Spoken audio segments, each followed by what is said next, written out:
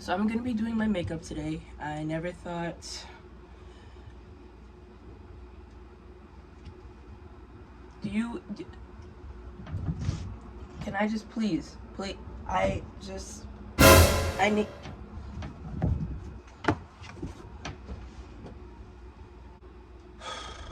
I'm feeling pretty. You.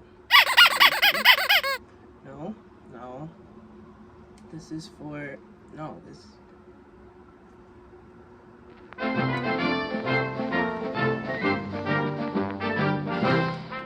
Okay. I just don't understand. I just don't understand. I don't understand. I don't understand. I don't understand. I don't understand. So I'm just gonna move on for that. Is that fun? I am just 0% prepared for this. Like, I don't, it's fine. It'll be fine. I'm not sick, I'm like COVID. I was just sneezing a lot this morning. We could just clear that air. It's fine. That's what the concealer's for. That was not an excuse to bite me. I was just trying to clean you off. I need that. But anyways.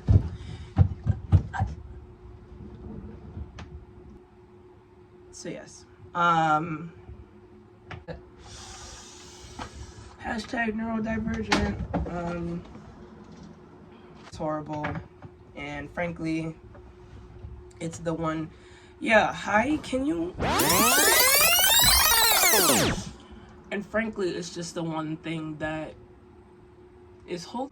Anyways, so I'm just gonna take this concealer and put it where I think things should be concealed. Which, if we're being honest, everywhere. But oh well. So long, farewell. Oh, I know that's not how the song goes. Grandmother, and Fez's grandmother is she puts the G in grandmother, and she moves silent like the G in lasagna. So anyways, it's nice because you get to see where he comes from. You get to find out who that old lady is that was in the bed, because what was that about? It's good. But now we know. Now we know. Now we know. And now we know. And Ashtray is called Ashtray because he ate a cigarette butt when he was a baby. Which we all love, don't we? I see you're yawning. Are you tired? You tired, Mama? I love her so much. I could stare at her all day. I'm not moving forward. So yeah, she ends up starting to not do so well, because in the 70s or whatever, 80s, everybody was smoking, and that nicotine will get you.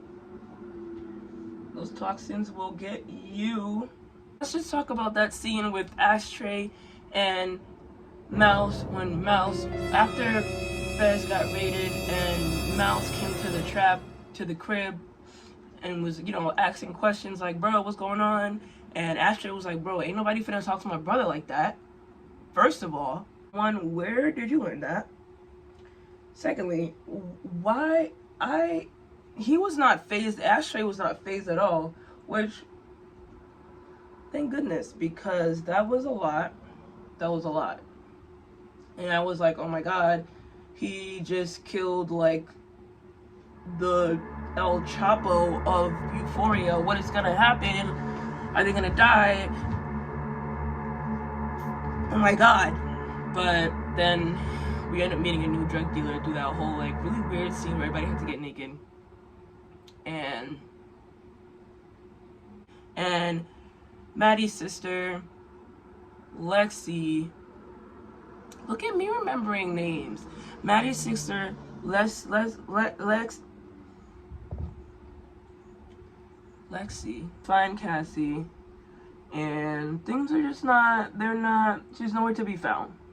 Okay, she's nowhere to be found. And that's a bit worrisome for reasons that are clear to all of us. So, we see that Maddie's completely effed up. She, on what? We don't know. Alcohol and who knows what else, because they do that over there. And she, you know, stumbles, well, no. Nate Jacobs, good old the angel of earth, Nate Jacobs stumbles upon her when she's outside chilling, having some donuts, minding her own business as women usually do. I know. Single paw, and it's actually killing me. Like, it's like, cats are so entertaining. I don't understand. Okay. Nate is up to 0% good. It expired? Like, I don't know. Is that why? Because, so, I'm just like, what is he gonna do? Frankly, I'm freaking out because all of season 1, Nick was wilding out. Clearly, people barely ever change. So, why would it not be the same? You know what I'm saying? She's chilling outside, having her donuts. Nick comes up. They have this conversation that is like completely unnecessary. And Nick is like, oh my god, I need to take advantage of this. Right? So, of course, because that's what we love. Right? Right? Right? They're in the car, right? She gets in his truck, whatever, because guys like this always have pickup trucks. Correct me if I'm wrong. To the party, right? They're on their way to the party. See, but my issue is, you know, she's drinking a beer. She says she's thirsty from the donuts. Donuts do be dry. He also starts drinking while he's driving. So, rule number 1. Well, rule number 1, wear your seatbelt. Rule number 2, well, I guess it's don't text and drive. Rule number 3, the top rules, drinking and driving. That's a no, right? But he's a white male, so it's probably going to be just fine. Where here we are, where Cassie and Nate, they're in this car, and Nate is accelerating. Things end up happening, and with the way that the music starts to play, it's clear that there's a connection that's building between them. And connection being a word I'm using loosely because I'm not sure I'm not sure Nate can have connections with anyone. So, connection going on, like there's music playing and she's drunk and he's getting more inebriated as time goes and he's driving faster, which frankly, I don't know why guys think that girls like, no. No, thank you.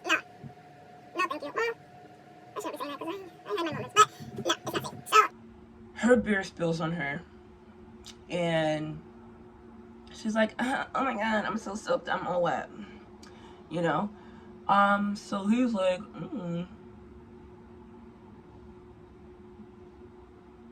yes you are. So he's like that, right? And what I need to know is why take off the underwear? And she starts, after she takes her panties off, she's like, oh my god, takes off her seatbelt, rolls down her window, hangs her head out the window. So she's basically doing everything you want to do if you want to die. You know? Does she want to die? We don't know. But she's doing everything to basically cause it. She doesn't die because I guess it's the first episode and she's like one of the main characters, so they can't really kill her off. This is not Game of Thrones, but it is HBO Max, so you never know. They end up in the bathroom having coitus activities. And this, of course, is not good because who comes down the hallway needing to pee in the bathroom? Maddie. Cassie's like, oh my god, what am I gonna do? You know, she starts crying, all those memes about how she should be in a horror movie because, you know, practically this is one, so. But that's what happens when you do that. You get the consequences for your actions immediately. Which is why, like, made a complete example of. Right? So Nick's smart idea is like, oh my god, just hide in the bathroom. Like, hide in the bathtub. So she, like, gets up, puts her titties away, and she's like, okay, let me go lay in this bathtub. Maddie comes in, urinates, no toilet paper, wipes her wipes her. She uses a towel rag, wipes herself, and throws it in the tub where Cassie is lying, and it lands on Cassie's face, which is pretty much, you know, that's what you get, because why, you know. He ends up being in there for a very long time because, you know, a guy who I think is named Eric or Steven or he's a new character, right? He comes in like, oh my god, Maddie, you know, let's smoke or whatever, and Maddie's like, oh my god, okay, fine. You know the way she talks. Cassie's phone starts to ring though, and we all know what a vibrating phone in a bathtub would sound like. When the guy pulls back the shower curtain, he's like, oh my god, there's a girl passed out in there, and Maddie's like, okay, whatever the fuck. Maddie doesn't care. Knows that Jules is at this party, right? That's no good, because last time they saw each other, they were on the train station track platform, and things were less than good. Like, I should have cut my crease with concealer instead, but you know what? You can't go back in life. You gotta just keep going forwards. Jules is looking for Rue, which I did not expect, considering the fact that she left her. But whatever. And then McKay's there, which also blew my mind because when is he gonna stop coming back?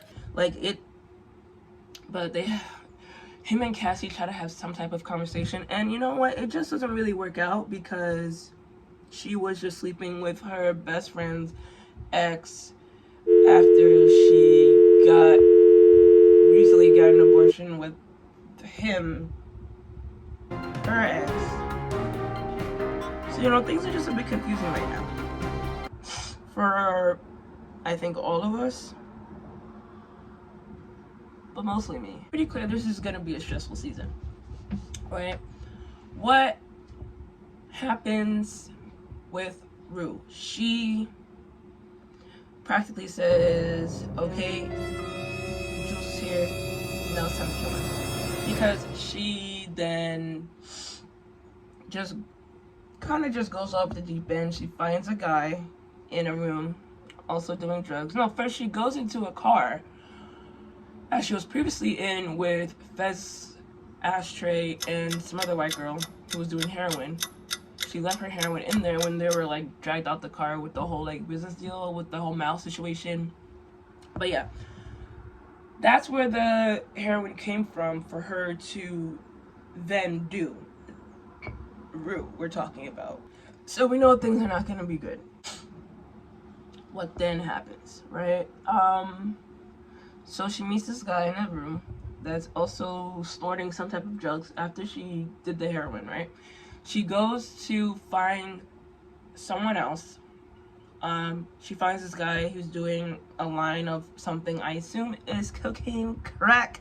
So she does that, right? She goes into the room and she's like, I will tell you the drugs that I'm doing if you tell me the drugs that you're doing. And the guy's like, shoosh, yeah, that's why I'm here. let's go. Rue's heart starts to slow down and she's like, yeah, I'm going into cardiac arrest.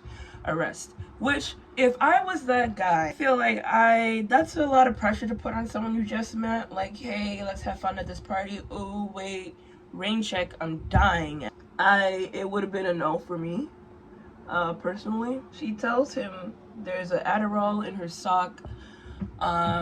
Get it, crush it up, she'll take it, it'll increase her heart rate or whatever, and bring her back. And it does, and she's like, ha ha ha, everything's funny, everything's a joke.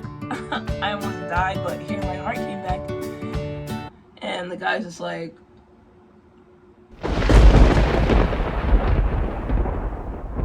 so yeah, jump to Fez and Lexi, which frankly we were all loving because Fez was getting his game on like a gentleman, and Lexi was feeling him, like we all were. It seemed like it would be a positive thing. And respectful to her, you know, they're having a nice conversation. He tells her, you know, stop doubting yourself so much. Don't do that, you know how hood guys be. If you don't, this is, well, Fez and Nate are pretty much looking at each other from across the room, like, because I'm pretty sure with their last interaction, Nate got Fez raided. So then Fez, and then he did something else to Rue. Don't remember. But Fez was like, yeah, no, you're gonna die. So that's essentially the timing that he was on. And then there was like this weird scene between Nate and McKay where Nate was just like asking about like McKay and Casey's sexual techniques and what it is. He was asking McKay what it is that he does about her boobies, and you know, frankly, that's just not something you really talk about. It was it was an Ayo moment. The way he was up on his ear, being quite Nate Jacobs. He's like the one white guy that you're like afraid, not afraid, but like the one white guy that everyone, it's just like the one white guy where you're just like, yeah, no, you probably would have owned slaves. Jules is gonna go around looking for Rue for reasons that I do not understand. She wants to explain something that's going on because we don't understand it and I need to understand, and I am tired of not understanding things, frankly. The palette is so cute. It opens up like this, and I just think it's nice and cute, and it gets yes. But anyways, like I was saying, and she finds Rue in the back, wherever, I wasn't there, I don't know the layout of the house, but they're like in a backyard, maybe around a bonfire, and it seems like she's just smoking weed, and they see each other, they say hi, they do that whole like spotlight, I'm in Euphoria kind of thing, it's all on me, main character vibes, and then, you know, they say like, oh, the awkward, hey, what's up? How have you been doing since you've crushed all my spirits? And so Jules asks Rue, when did you relapse? And at first Rue was like, what are you talking about? It's just weed, you know, no one here has relapsed. Are you kidding me? But being that she had just almost died in the bathroom, she had then said, yeah, the night that you left. But regardless, yeah, she relapsed, you know, and why did you have to do that? There's makeup on her paw, and I think that's really adorable. I think, yeah, so she was basically making, well, I don't know if she did it on purpose, but she kind of made Jules feel like it was her fault for her relapsing, which essentially it is, but, well, not really, because, you know, yes and no. They go through that a bit, you know. Jules is pretty mean to, Rue is pretty mean to Jules for understandable reasons. You know, Rue's being a little bit mean, but then eventually she apologizes and says, you know, I just really, really missed you. And Jules say that she really missed her. And, you know, they have this really, really nice moment for the gays. and they have this nice kiss moment, and we all love it here. We all love Rue and Jules, but my thing is, are they toxic for each other? Because anyways, so that happens, right? But then, oh my goodness, he's like, yo, can I get them digits? And she's like, yeah. Because he's been spitting game all night and shooting threes, frankly. Right? So he's like, yo, let me get them digits. And she's like, yeah, you can do it. And he's like, yeah, I will text you. Or whatever it is that he said. You'll contact her. And she was like, yeah, no doubt. Or whatever it is that she said. Start counting down to New Year. It's nice and all. Do you put lashes before the eyeliner or eyeliner and then lashes?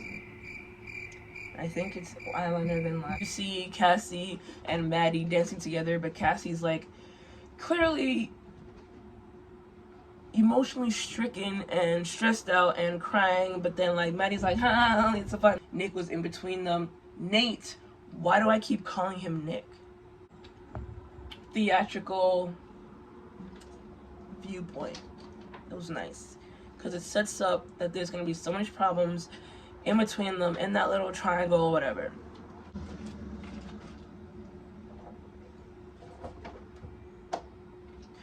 Eyeliner. What is it that happens? What happens next is Fez gets up, he walks over to Nate. I'm just like, okay, they're finally gonna have a confrontation because this has been brewing all episode, and I'm just like, what's going to happen? Who's the alpha male? I do this and talk. The issue, honestly, it doesn't, and there's not one side I do better than the other. It just doesn't work out. So Fez walks up to Nate and he's like, yo, excuse me. He's like, yo, they exchange some words. They say Happy New Year's to each other. They cheers, they take a drink, and then my glorious savior of the day, Fez, he's had enough. He's had enough. He has a hard life. The last thing he needs is problems from a privileged white boy in high school. So, you know what I'm saying? The last thing he needs. The last thing he needs. Difference between drug dealer and crazy. Fez hits Nate Jacobs over the head with a bottle. It breaks and start fighting. He basically pummels him. And he keeps hitting him, he keeps hitting him, he keeps hitting him, but Fez is just going at him. Nate is unconscious at this point, but Fez is still going. Actually stops when like McKay gets him off of him. But, you know, at that point,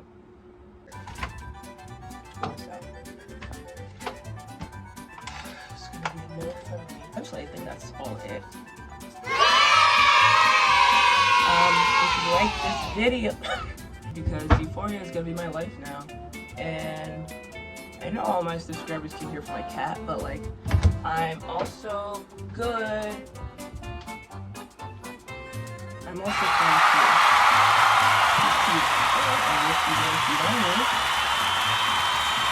I ran out of space cause Apple doesn't want me to succeed. Anyways, so that was basically the end of the episode, because nothing bonds you better than things you hate with somebody else. But I do have lip gloss. I'm gonna go and take some pictures with my baby.